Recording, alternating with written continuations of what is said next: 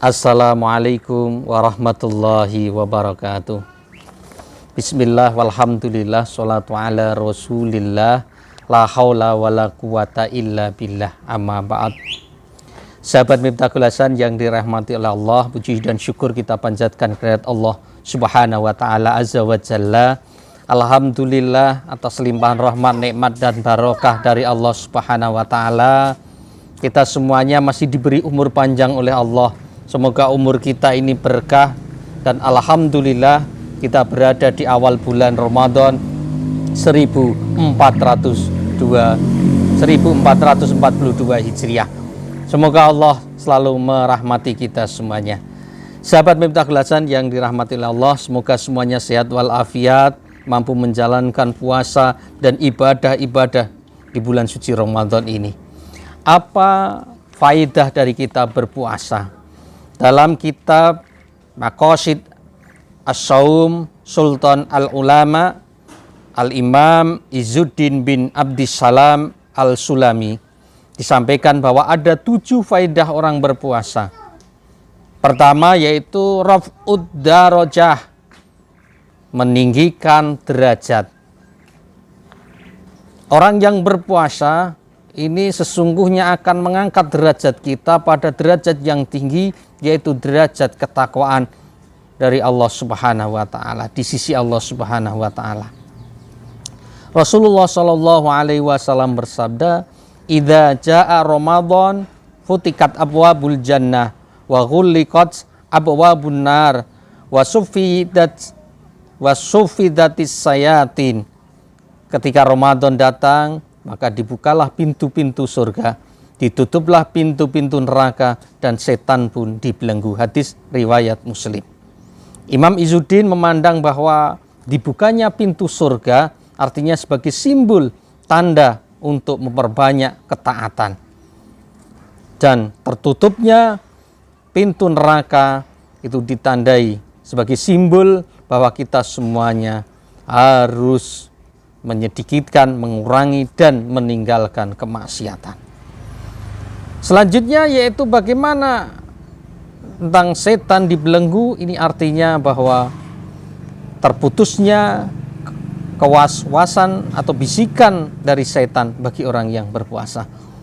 Puasa sebagai filter bagi kita semuanya. Lalu yang kedua faedahnya yaitu takfir al-khoti'at, penghapus dosa dan kesalahan.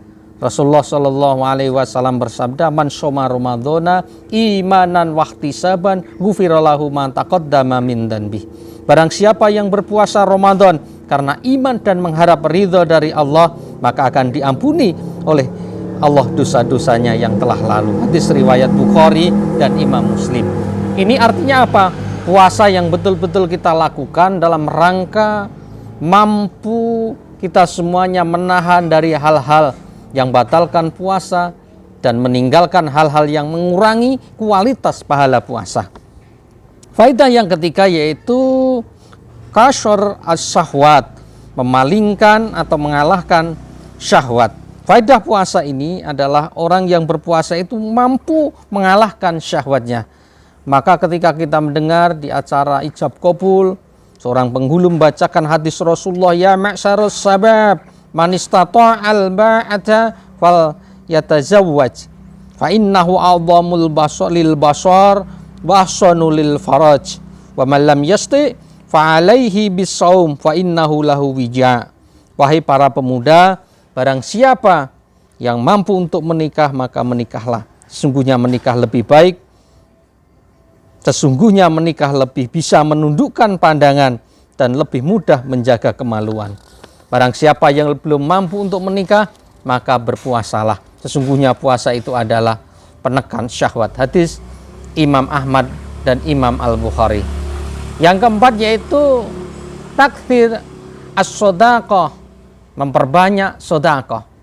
Dalam pandangan Izzuddin Al-Sulami, puasa dapat membuat manusia memperbanyak sodaqah. Karena sesungguhnya esensi puasa ini adalah mengetuk diri kita semuanya, memunculkan rasa empati kita semuanya. Maka mestinya kita ada kebiasaan untuk berbagi kepada saudara kita yang membutuhkan.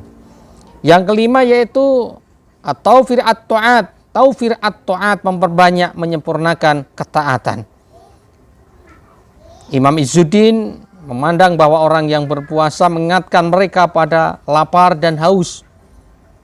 Maka ketika kita sudah ingat tentang lapar dan haus, termasuk ketika penghuni neraka itu disiksa oleh Allah dalam kondisi yang lapar dan haus, maka harus memunculkan, menyempurnakan ketaatan kita kepada Allah.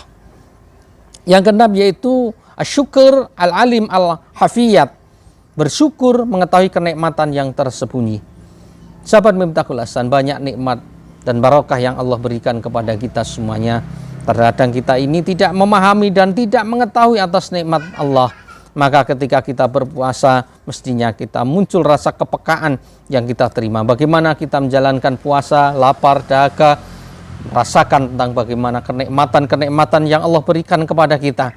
Ketika kita sehat, kita tidak ingat terhadap kesehatan kita. Bagaimana udara yang kita hirup, bagaimana cahaya yang kita dapatkan dari Allah, dan setiap hari kita dapatkan. Inilah nikmat-nikmat dari Allah yang diberikan kepada kita semuanya. Mestinya ketika kita berpuasa munculkan rasa empati, kesadaran untuk ini. Yang terakhir yaitu al-ingzijar an khawatir al-ma'ashi wal mukhallafat, yaitu mencegah keinginan bermaksiat dan berlawanan. Dalam pandangan Imam Izzuddin, orang yang kenyang memiliki cenderungan lebih banyak untuk berbuat maksiat. Maka ketika kita merasa haus dan lapar, maka akan lebih fokus kepada mencari minuman dan makanan. Maka sungguhnya ini menyebabkan kita semuanya memunculkan rasa empati kita semuanya untuk menjauhi larangan dari Allah Subhanahu wa taala. Demikian kurang lebihnya minta wallahu muwaffiq ila aqwamit thoriq. Assalamualaikum warahmatullahi wabarakatuh.